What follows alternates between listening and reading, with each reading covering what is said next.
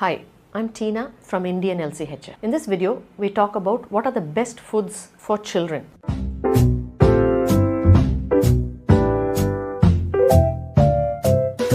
In view of the rising numbers of obesity and type 2 diabetes amongst children, in my interview with Dr. Ellis Jayachandran Vivian, he says that children's metabolism is high and therefore you don't have to be extremely strict about giving them LCHF food, but you have to be mindful of what we give them, real foods as much as possible, because it not only affects their health now, he says that it also affects their health later on as they grow up into adults. So let us look at foods that are best for them and that do not affect their health and their lifespan. It is not necessary to keep counting carbs, but we have to be mindful of the food that we give them in terms of the nutrient value of these foods and the hormonal response that these foods create. I've made a video about what food I give my daughter, who's now 4 years old, and the first foods that I gave her when she started eating solids at 5.5 months old. I give my daughter meat, vegetables and certain dairy products, and I give her eggs, and these are real foods. They don't undergo much processing. While in those two videos I've explained what I gave her, in this video I explain why I give these foods and why I think these are best for children. First, I shall give some facts and science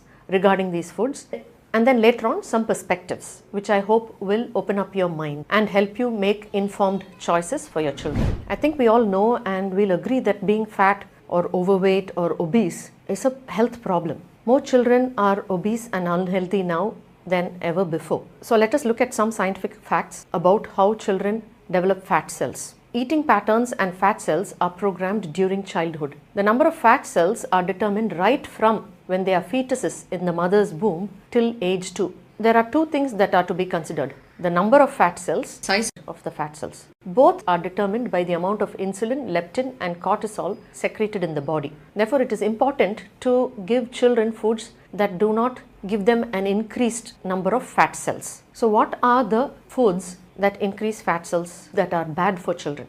The first harmful food that is given to children, the first offender, is sugar. Sugar has the same neurological pathways as narcotics. Sugar is known to be at least as addictive, if not more addictive than cocaine. I've read reports that say sugar is 9 times more addictive than cocaine, 8 times more addictive than cocaine, definitely more addictive than cocaine. So as a baseline, let's keep sugar as being equally addictive as cocaine. Dr. Robert Lustig, pediatric endocrinologist, says sugar is a toxin, plain and simple. Sugar is a poison. Sugar directly affects the teeth then and there, while the other damages happen later on. There's a high prevalence of dental caries among children, and that is caused by the excessive consumption of sugar. In this video, I quote often from the book Fat Chance: Beating the Odds Against Sugar, Processed Food, Obesity and Disease by Dr. Robert Lustig. So in saying that sugar is addictive, he compares alcohol and sugar. Both are legal substances. Just because they are legal doesn't mean they're good. Both are legal substances and produce harm when overused. Both cause diseases of metabolic syndrome.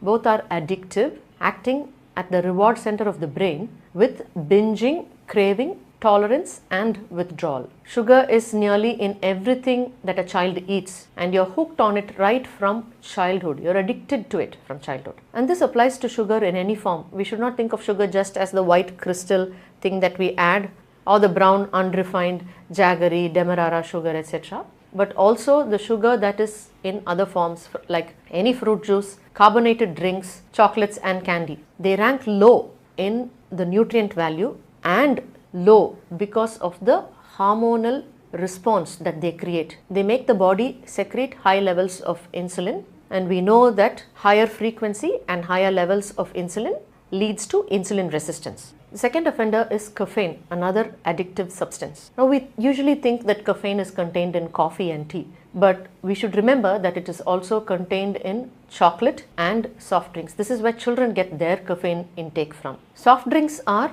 double danger because they contain both sugar and caffeine, two highly addictive substances. So soft drinks that contain caffeine are Coca-Cola, Pepsi, Mountain Dew, Dr. Pepper, Sunkist. You could Google and make a research what are the drinks that contain caffeine, or when you buy a soft drink, turn around and see in the ingredient list if it contains caffeine. What we call soft drinks nowadays are as harmful as hard drinks. So when we give addictive foods to children, they are going to end up wanting it psychologically and needing it physiologically. And because these are addictive, they are unable to kick the habit. They are unable to let go of the addiction. They want more and more of these foods that are high in sugar. Their brains are so susceptible to this addiction that they are unable to let go of it. They rank low in the nutrient value and low because of the hormonal response that they create. They make the body secrete high levels of insulin, and we know that higher frequency and higher levels of insulin leads to insulin resistance. The third offender when it comes to children's foods are what we may not consider as harmful are grains. Grains are not addictive, but they are harmful in certain other ways. Let us look at idli, for example. It's a common food that we may give for our children at breakfast. Normal blood sugar for a human is 5 grams, which is 1 teaspoon. Now let us look at the conversion of some foods into blood sugar. One small idli is equal to 15 grams of carbohydrates, which is 3 teaspoons of sugar. One slice of bread, whether it's white or brown or whole grain or any of these so-called healthy options, is 15 grams of carbohydrates, which is again 3 teaspoons of sugar. 1 cup of cooked rice is 45 grams of carbohydrates, which converts into 9 teaspoons of sugar. Let me remind you how much sugar should be in the blood? 1 teaspoon. So the body works hard to remove the excess sugar from the blood, and in that process it converts it into glycogen,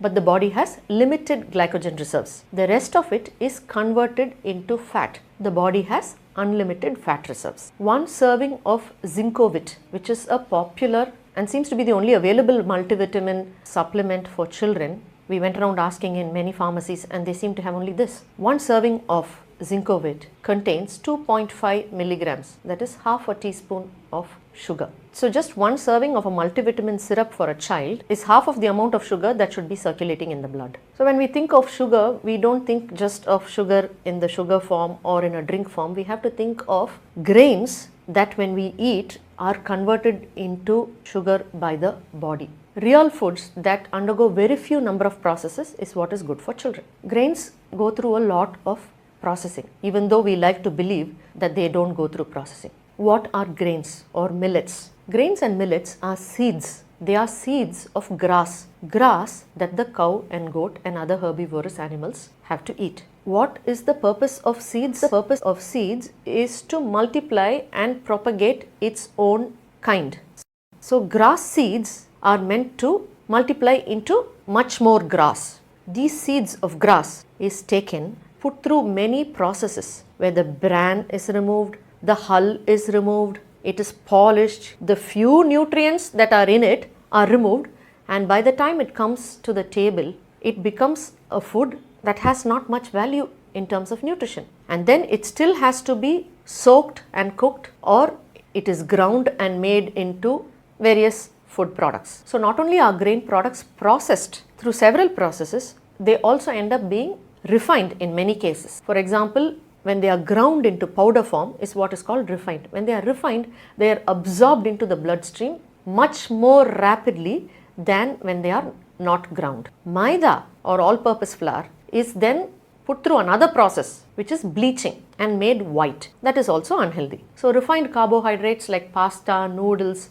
biscuits are high in wheat and sugar. Murukku, idiyappam give a high sugar response and therefore a high insulin response in the body, leading to a crash and fatigue and hunger again. So this becomes a cycle. The child is high in energy, then crashes, becomes hungry, eats, high in energy, crashes, low in energy, becomes hungry, eats, high in energy, crashes, becomes low in energy, becomes hungry, eats. This becomes a vicious cycle. To add to this, grains also contain phytic acid, which binds calcium, magnesium, iron, zinc, chromium, manganese. It binds these minerals and removes them out of the body. Therefore, the body is unable to absorb these minerals. There are some processes which can reduce or destroy this phytic acid in grains. They are sprouting, soaking, fermenting, adding yeast and leavening. So all these processes are the ones that help to remove these harmful phytic acid from the grains. So after all this processing, the carbohydrate that you get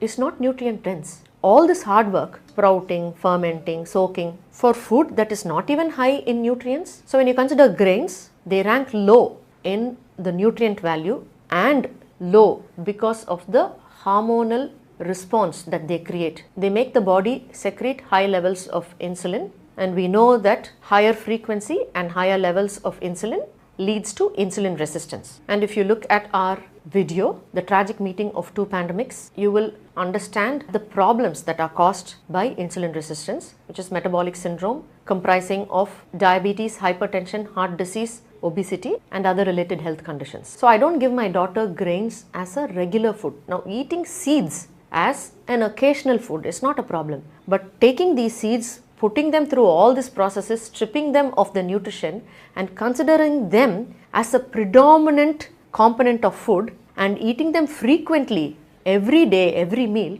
is not nutritionally good for children's health. So I give my daughter grains as an occasional food. I cook it very rarely at my home, or when we go out to eat at a restaurant, she has some grain-based food, mostly rice, or at a relative's house she may have rice or idli or dosa, whatever they are eating. It is not the predominant food. Let us now look at some numbers and statistics. An overweight adolescent has a 70% chance of becoming an overweight or obese adult. 6 to 8-year-olds with obesity are approximately 10 times more likely to become obese adults than those with a lower body mass index. Children with obesity are already demonstrating cardiovascular risk factors typically not seen until adulthood. Children with weight issues are more likely to miss school and repeat a grade than children who are at a healthy weight. Children with obesity have 3 times more healthcare expenditures than children at healthy weights, costing an estimated $14 billion every year. This healthcare number pertains to the U.S. In some countries, healthcare expenditure is borne by the government or by private companies.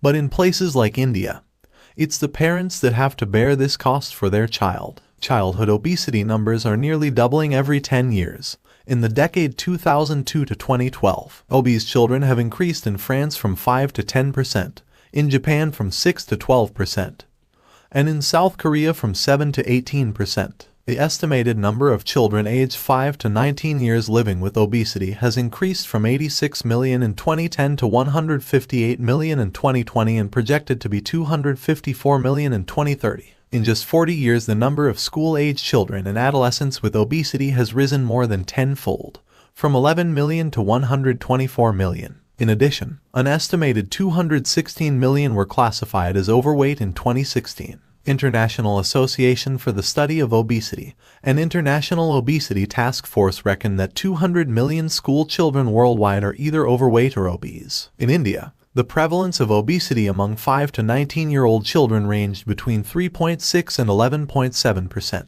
It is predicted that by 2025 there will be 17 million obese children in India. In 2030, it is predicted that India will have 27,481,141 obese children. Now in 2022, with 14 million obese children, India has the second highest number of obese children in the world next to China. The prevalence of hypertension, type 2 diabetes, dyslipidemia and non-alcoholic fatty liver disease in children is also increasing parallelly. Let's look at how obesity affects children just in terms of their interaction and relationship to their peers. Children and adolescents with obesity have a greater risk of social and psychological problems such as discrimination and poor self-esteem, which continue into adulthood. The perpetrators of stigma are media, peers or colleagues, employers, teachers, strangers, friends and family members, classmates, healthcare professionals. The effects are physical, leading to binge eating disorders and other eating disorders, suicidal ideations and acts, and also emotional. Depression, internalized stigma, low self-esteem, anxiety, social rejection, and unbalanced social relationships. Obese children have a quality of life similar to that of children on cancer chemotherapy. They are ostracized by their peers and are targets of bullies. Many obese children suffer from low self-esteem, shame, self-hatred and loneliness. One study showed children pictures of potential playmates. Each looked different and some had physical handicaps such as being deformed or in a wheelchair. The researchers asked children with whom they would rather play. The obese child came in dead last. Clearly, obesity is not something to which people, especially children, aspire to. And in trying to treat obese children, low-fat diet and exercise is notoriously ineffective. In this book, Dr. Lustig says children will be the first generation to die earlier than their forefathers. In 2005, one study showed that despite the increased availability of medical care, our children will be the first generation of Americans who will die earlier than their forebears. This is already happening in India. I've spoken about this in the video Tragic Meeting of Two Pandemics, how we see all around us people that are just 35, 40, 45 years old dying of sudden heart attacks, undiagnosed heart disease, and their 65, 75-year-old parents having to bury their children, and their grandchildren are left without a father or mother. Now that I've given you the scientific reasons why some foods are best avoided and why some foods are good for children, let me offer you a few perspectives so that in this onslaught of this is what everybody does, we have been doing this for so long kind of questions and accusations, these perspectives that I offer will give you a clearer understanding of what is good for our children. So people ask me, what is the necessity to give children LCHF food? First of all, I don't want to look at it as LCHF food. They may be LCHF in nature, but what they are is real foods that undergo fewer number of processes. So when it comes to a question of what food to give our children, and people ask me, is LCHF food necessary? Do we have to do this to our children? My answer is, our question should not be, is LCHF food necessary for children? The question should be, are we giving our children real food? Food that is rich in nutrition, helps them to be their best self and helps them have good health and long life. So when it comes to food, I think we could categorize them as the good, the bad and the ugly. I'll add two more categories: the best, the good, the okay, the bad and the ugly. The ugly are caffeine and sugar. They are addictive and toxic. They're poisonous. Bad. Grains and millets are bad in their refined form. Okay. Grains and millets in their unrefined form, yet processed, they are okay, but they are not nutrient dense. And because they are not bad doesn't mean they are good, it just means they are okay. Good. Real food is good. Meat, vegetables, high-fat dairy, foods that undergo the least number of processes. So when I talk about giving meat to my child, people are like, what is in broiler chicken? Injected with antibiotics? Do they not do this to the chicken? Do they not do this to the beef? Do they not do this to the goat? My question back is, are not harmful chemical fertilizers sprayed on our grain crops, on vegetables? While it would be the best to give them organic vegetables and organic meat, butter from grass-fed cows, beef from grass-fed cows, chicken meat from free-range chickens, cows and chickens that are grazing happily and singing sunshine day, it would be the best. But if I cannot give them that best because it is prohibitive in cost, it is very expensive, at least I can give them what is good. But I don't want to go further down on the scale and give them ugly or bad or okay. I want to give them good foods, and good foods are real foods with the least number of processes. The primary purpose of food is nutrition. Food is not just everything that goes into the mouth but doesn't kill immediately. You take a poisonous substance, ingest it and die immediately. But we think only that is poisonous because death happens immediately. However, when we give ourselves and our children food that kills them slowly, then that food is not good. Then that shouldn't be food itself. Food is something that gives nutrition to the body. The primary purpose is nutrition to the body that gives good health so that one can live without chronic conditions, chronic medications, and die ultimately of a disease. Food should enable us to live healthy while we are alive and live long till we die without disease. That is the purpose of food. In the book Pure, White and Deadly, Dr. John Yudkin says, just because something is palatable doesn't mean it is food. You put something in your mouth and it tastes good doesn't necessarily mean it is food. People may say, my child is not obese or overweight now, so is it necessary to give them real foods? I don't want to wait till my child becomes overweight and then change the food. Like I said earlier, the number of fat cells are programmed by the age of 2. And the content of those fat cells are based on the food that I give her now. While these foods may not be creating overweight in her now, I know that they are addictive in nature and I know that they will create problems for her future health. It's going to happen.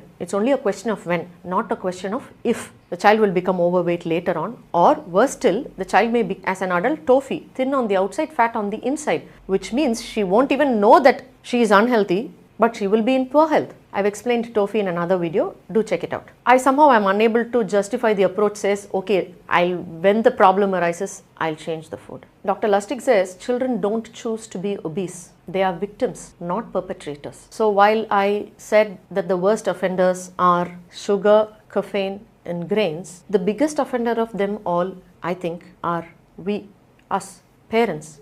We may be ignorant participants of this crime, nevertheless, it is on our hands. In this book, Dr. Lustig says the job of the parent is to convert the house from a minefield into a safe house for the child. In my interview with Dr. Ellis Jayachandran Vivian, he says how as children they don't make food choices, they don't go to the shop and buy food. As parents, we are the decision makers and we have both the right and the responsibility to feed them healthy food. I want my child to channelize her strength for productive things. Do check out our video, Is Weight Loss a Great Achievement?, where I speak about willpower and our character of strength, which can be used for achieving great things in life instead of mere food intake. Food intake should be natural. It need not be a mind exercise, and that can be changed by inputting foods into our body which work alongside our hormones and give us optimal health. So when I give real foods to my child that have limited insulin secretion, then we don't have to worry about quantity. You see many parents trying to restrict the child